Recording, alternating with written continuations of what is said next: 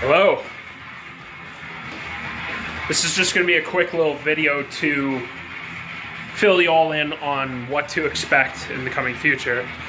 As I have said in the previous update rant video, I still struggling with the lower back glute muscle issue, stuff like that. Like I said, I and the physical therapist I've been seeing, we don't think it's anything wrong with the bones, the spine, or anything so much itself, but it's just all the muscles around it. Like they just, I can't for the life of me just seem to get them loose. They just keep tightening back up, and whenever I try and do like low bar squatting or deadlifting from the floor particularly, it just feels awful, and everything just tightens back up again, and I have like no strength coming off the floor, especially with deadlifts and stuff. It's just, as I said before, it's very, very frustrating, very demoralizing. So I've had to, take a lot of time and sleep on it and ruminate about where to go from here and all that kind of stuff, and just, kind of recompose myself. So essentially what has come down to, what I've concluded to myself is that, at least for the time being, I have to swallow my ego and just, for now, for the near future, for how long this will take to finally be relieved of this issue, to just, let go of doing heavy low bar squatting and conventional deadlifting and all that. It's a really hard decision that I've had to make, and I've been kind of fighting with it for so long, and always just wanted to go back into it and try and build it back up again. But then every time I do it, those muscles down there just kind of seize back up again, and then I'm kind of back to square one. It's happened a few times now.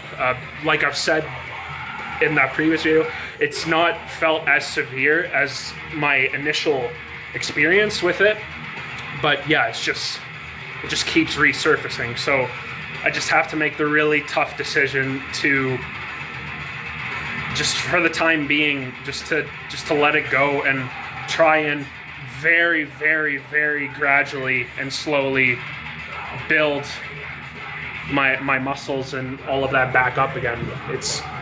It's a really, really hard pill for me to swallow, but it seems like that's just got to be done right now, and that's kind of what I've been struggling with too. Is just that I've been doing them for so long that it's just kind of become part of my mindset, I suppose you could say, and I've had it just kind of so attached to my own goals and training and what I want to do and all that. I feel like it's an integral part of me. So I was just, I've been just thinking like I need to keep doing it. So I think that's kind of what I've been struggling with, just to kind of just accept it, and let it go, and to accept that it's not the be all end all.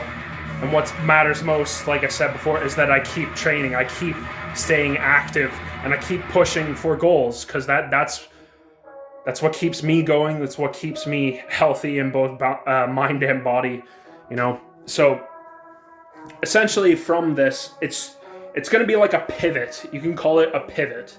I'll just be kind of moving to other particular movements that I haven't, for example, done in quite a long time, that are things that will be a bit easier on those particular areas, so I can hopefully work towards recovering it as soon as possible.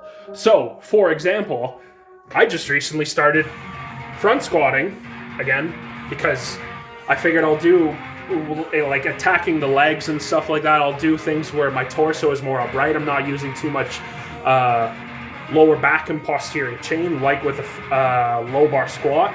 So things like front squatting, lunges. I haven't done that in such a long time either. Like high bar squatting, like I've been doing a lot of like elevated heel high bar squatting lately, just for like high reps.